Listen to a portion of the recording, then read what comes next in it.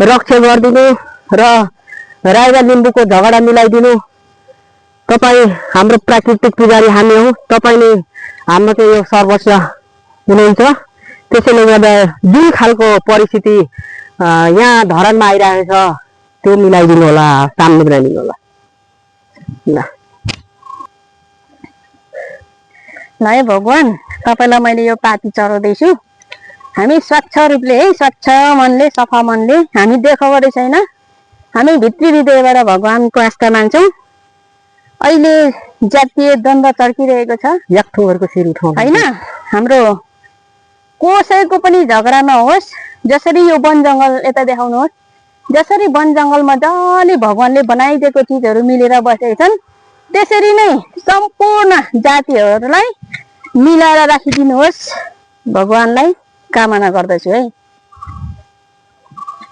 यहाँनिर 4-5 वर्ष अगाडि समथिङ 6-7 वर्षै भयो होला, यो चाहिँ यहाँनिर चाहिँ तारा सुब्बाले पानी ट्याङ्की बनाउनका लागि यो विजयपुर दरबारमा अतिक्रमण गर्न लागिराखेको थियो।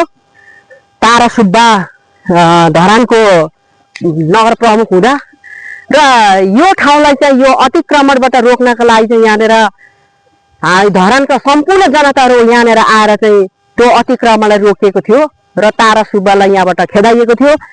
र त्यतिखेर विभिन्न सङ्घ संस्थाबाट आएका थिए। यही खन्दाखेरि पानी ट्याङ्की बनाउनु पर्छ भनेर चाहिँ तारा सुब्बाले खन्दाखेरि यहाँबाट चाहिँ तारा सुब्बालाई खेदाइएको ठाउँ।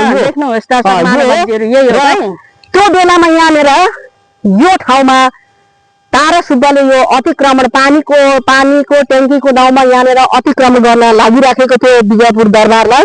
यो इतिहासलाई मेटाउन खोजिराखेको थियो। त्यो बेलामा चाहिँ यो धरानका सम्पूर्ण जनताहरू सम्पूर्ण सङ्घ संस्थाबाट यहाँनिर आएर चाहिँ तारा सुब्बालाई यहाँबाट हटाइएको त्यो बेला थियो।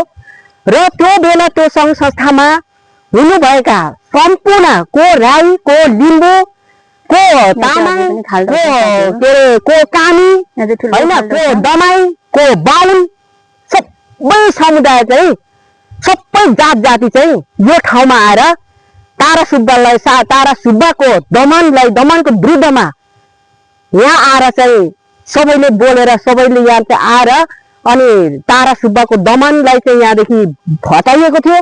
तारा सुब्बालाई यहाँबाट खेदाइएको थियो। त्यतिखेर को कामी, को दमाई, को सार्की, को तामाङ, को राई, को लिम्बू र को चाहिँ छेत्री बाहुन सबैजना एकमुष्ट भएर खेदाइएको थियो। अहिले पनि यही म रिक्वेस्ट गर्न चाहन्छु हाम्रा धरानका सम्पूर्ण जनताहरूलाई, हामी मिलेर बसिराखेको ठाउँमा अहिले यहाँनिर आएर अलिकति उत्तर चढावहरू आइराखेको छ। एकले अर्काको आस्थालाई हामीले अतिक्रमण गर्नु हुँदैन, हामीले सम्मान गर्नुपर्छ। एकले अर्काको आस्था पहिचानमाथि, धर्ममाथि, संस्कारमाथि हामीले सम्मान गर्नुपर्छ, अनि मात्रै हामीले पनि सम्मान पाउँछौँ। त्यसैले गर्दाखेरि हामी फेरि पनि पहिलाको जस्तै यो धरानमा एकताको सूत्रमा, एकताको मालामा रहेर अगाडि बढ्नुपर्छ। शत्रुको लागि प्रतिकार गर्न भन्न पनि चाहन्छु।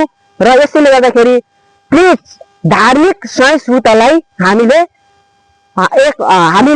आफू व्यक्तिगत रूपमा पनि र सामूहिक रूपमा, सामुदायिक रूपमा, जातीय रूपमा पनि तपाईँ हामीले चाहिँ अवलम्बन गरौँ, मनन गरौँ र एकले अर्कोलाई सम्मान गर्न सकौँ, अनि मात्रै हामी मिल्छौँ। धन्यवाद।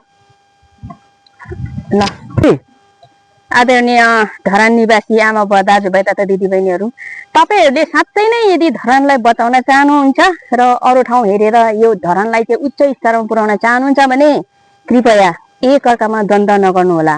जाति जातिको विषयमा तपाईँहरूले द्वन्द्व सिर्जना नगर्नुहोस्, एक अर्कामा मिलेर बस्नुहोस् भन्न चाहन्छु। यदि यो धरानलाई बचाउन चाहनुहुन्छ भने र धरानलाई अरू क्षेत्रभन्दा अग्लो स्थानमा पुर्याउन चाहनुहुन्छ भने तपाईँहरू झगडा नगरी मिलेर बस्नुहोस्, यही भन्न चाहन्छु। हस्त नमस्कार।